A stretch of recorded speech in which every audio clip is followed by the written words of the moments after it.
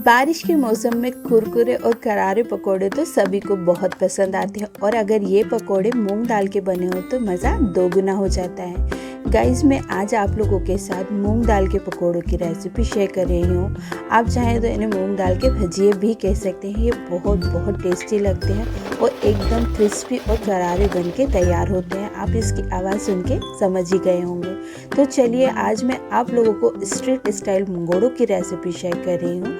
ये रेसिपी अगर आपको पसंद आती है तो आप हमारे चैनल को लाइक, शेयर और सब्सक्राइब करना बिल्कुल ना भूलें। साथ ही बेल आइकन भी प्रेस करें ताकि आने वाली वीडियो की नोटिफिकेशन सबसे पहले आपको मिले। मैं हूँ कल्पना और डाबीज किचन में आप सभी का बहुत स्वागत है।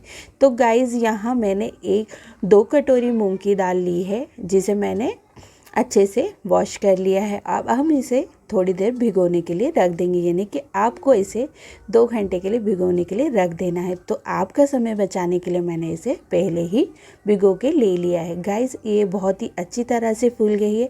इसे चेक करने के लिए आप बीच में से इसे तोड़कर देख सकते हैं। अगर ये आसानी से टूट रही है मतलब ये बहुत ही अच्छी तरह से भीग गई है। अब एक छन्नी ले लीजिए और इसका सारा पानी निकाल दीजिए। पूरा पानी अगर आप निकाल देते हैं तो आपकी जो दाल होगी वो बहुत ही आसानी से पिस के तैयार हो जाएगी। मूंग की दाल के पकोड़े बनाना बहुत ही आसान है और आप इसे कम समय में भी बना के तैयार कर सकते हैं। आप चाहें तो मूंग की दाल को आधा घंटा कम समय में बनाना चाहते हैं तो आप थोड़ा सा इसमें गर्म पानी डाल दीजिए, तो ये आधे घंटे में ही भीग के तैयार हो जाती है। और अगर आपके पास समय ज़्यादा हो तो आप इसे 2 घंटे के लिए भिगो के रख दें, तो ये बहुत ही आसानी से भीग जाती है। अब चलते हैं आप इसके आगे की प्रोसेस की तरफ। तो यहाँ मैंने एक मिक्सर ग्राइंडर का जार लिया है और सारी मूंग की दाल हमने इसमें डाल दी है। अब मैं यहाँ आपको एक ख़ास चीज़ बताने वाली हूँ। अगर आपको क्रिस्पी कुरकुरे चाहिए तो आप इसमें से थोड़ी सी दाल, यानी कि 4 से 5 चम्मच दाल इस तरह से निकाल लें अलग कटोरी में। मैं आपको बाद में बताऊँगी कि मैं इसका क्या करने वाली हूँ, जिससे आपके मंगोड़े बहुत ही कुरकुरे बन के तैयार होंगे। तो गाइज़, अब हमें इसमें कुछ भी नहीं डालना है, ना मैं इसमें अदरक लहसुन वगैरह कुछ नहीं डाल रही हूँ। मैं इसे फ़ाइन पेस्ट बना के तैयार करूँगी, ना ही इसे हम बहुत ज़्यादा बारीक करेंगे। बस हमें इस तरह से इसका टेक्सचर चाहिए। तो आपको मूंग की दाल को इसी तरह से पीस के तैयार कर लेना। अब इसे शिफ्ट कर लीजिए एक बाउल में। तो गाइज़, मैंने यहाँ इसे एक बाउल में शिफ्ट कर लिया। बाकी सारी चीज़ें हम यहीं पर इसी के अंदर मिक्स करेंगे। मसाला मिलाने से पहले आपको एक छोटी सी ट्रिक्स को फॉलो करना है। तो गाइज़, यहाँ आपको मिक्सर ले लेना है और उसके बाद इसे अच्छे से फेंट लेना है। बैटर को जितना अच्छा आप फेंटते हैं उसके अंदर एक एयर जनरेट होती है और एयर जनरेट होने से हमारा जो बैटर होता है वो सॉफ्ट हो जाता है और हल्का हो जाता है, जिससे हम जो भी मसाले वगैरह इसके अंदर मिलाते हैं वो बहुत ही आसानी से इसके अंदर मिक्स हो जाते हैं और आपको इसके अंदर सोडा डालने की ज़रूरत बिल्कुल भी नहीं पड़ती। अब जब हमने इसे फेंट लिया तो इसे रख दीजिए एक साइड में और रख लीजिए एक पैन। इसमें मैंने डाल दिया है 2 चम्मच के बराबर सौंफ और 2 चम्मच ही मैं यहाँ डाल रही हूँ धनिया और खड़ा धनिया है, और साथ ही हम डाल देंगे 1 चम्मच काली मिर्च, 1 चम्मच जीरा। इन सभी को हम अच्छे से भून लेंगे। तो गाइस, ये खड़े मसाले हैं और ये जो मंगोड़े हम बना रहे हैं इसका फ्लेवर ये और भी बढ़ा देते हैं। इसी तरह से आपको खड़े मसाले अच्छे से सेक लेने हैं और सेकने के बाद हम इसे दरदरा पीस के तैयार करेंगे। आप चाहे तो इसे मिक्सर ग्राइंडर में भी पीस के तैयार कर सकते हैं, नहीं तो आप इसे इस तरह से जैसे मैंने कूटने वाले लिया है और उसके अंदर इन्हें डाल दिया और मैं इसे दरदरा कूट के तैयार कर लूँगी। दरदरा सा कूटा हुआ मसाला भी हमारा तैयार हो गया है। अब इसे हम एक कटोरी में शिफ्ट कर लेते हैं और मैं इसे आपको पास से दिखाऊंगी कि ये किस तरह से कूट के तैयार हुआ। और जब इसका जो स्वाद है वो बहुत ही ज़बरदस्त आता है मंगोड़ों के अंदर। अब आपको ले लेना है बैटर और उसके अंदर वो जो दाल हमने अलग से बचा कर रखी थी वो हम इसमें मिक्स कर देंगे, जिससे हमारे जो मंगोड़े होंगे वो क्रंची बन के तैयार होंगे।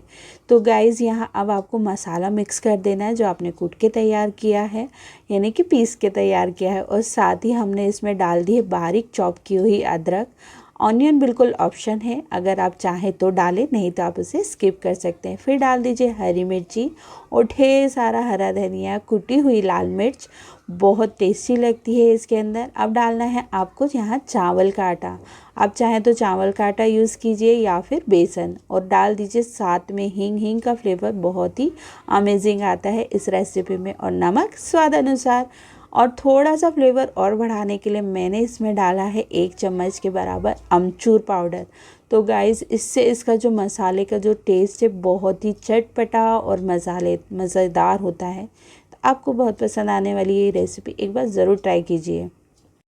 सभी चीज़ें हमने इसमें डाल दी हैं और अब हम इसे अच्छे से मिक्स कर लेंगे। तो गाइस मसाला हमारा बिल्कुल रेडी हो गया है, बैटर रेडी हो गया है तलने के लिए। तो चलिए पहले ही कढ़ाई रख लेते हैं ताकि वो अच्छे से गर्म हो जाए उसका तेल। तो मसाले को भी हम अच्छे से फेंट लेंगे।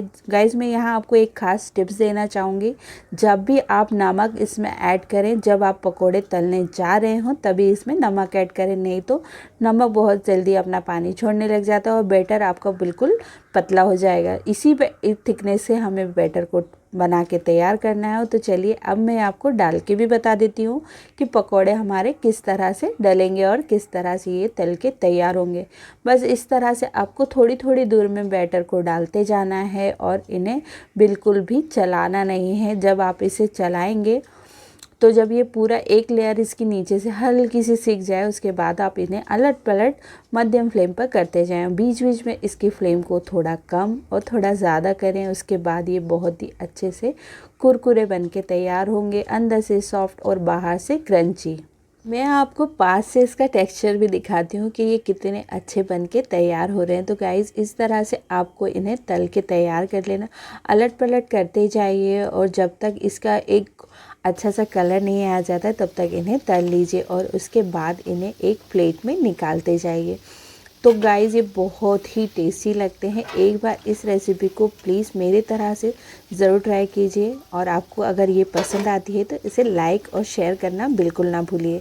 साथ ही बेल आइकन भी प्रेस कीजिए ताकि आने वाली वीडियो की जो नोटिफिकेशन है सबसे पहले आपको मिले। तो गाइज़ ये इंदौर की बहुत ही फेमस रेसिपी है जो आपको बहुत पसंद आएगी। आपने सुना होगा इंदौर में पोहे फेमस है और साथ में ये मंगोड़ों की रेसिपी भी बहुत फेमस है। और इसकी आवाज़ सुन के आप समझ ही गए होंगे कि ये कैसे बन के तैयार हुए हैं। अब डाल दीजिए दूसरा पार्ट, जो मैं दूसरा भी इसी में इसी तरह से डालते जाऊँगी और सभी मंगोड़ों को तल के तैयार कर लूँगी। आप चाहें तो इसे छिलके वाली दाल से भी बना के तैयार कर सकते हैं, बहुत टेस्टी लगते हैं। तो गाइज़ ये जो दूसरा बैच हमने डाला था वो भी हमारा तल के तैयार हो गया है। इसी तरह से आपको सभी बैच को तल के तैयार कर लेना है और गरम गरम सर्व कर लेना है। तो गाइज़ आपको इसकी आवाज़ सुनाती हूँ, एकदम क्रिस्पी और क्रंची बन के तैयार हुए हैं। यहाँ मैं डाल रही हूँ जीरा मन, जो इसका टेस्ट और भी बढ़ाएंगे और बहुत मज़ेदार लगेंगे। आवाज़ आपको पसंद आए तो गाइज़ रेसिपी पसंद आती है तो लाइक शेयर और सब्सक्राइब करना बिल्कुल ना भूलें। साथ ही मज़ेदार चटनी भी सर्व कीजिए। ये चटनी ना हो तो आप इसे सॉस के साथ भी सर्व कर सकते हैं, ये बहुत ज़बरदस्त लगते हैं खाने में। तो गाइज़ रेसिपी कैसी लगी कमेंट्स करके ज़रूर बताइएगा। आपके अपने चैनल डाबिस किचन को आप इंस्टाग्राम और फेसबुक पर भी फॉलो कर सकते हैं। मिलते हैं नई रेसिपी के साथ। Thank you for watching.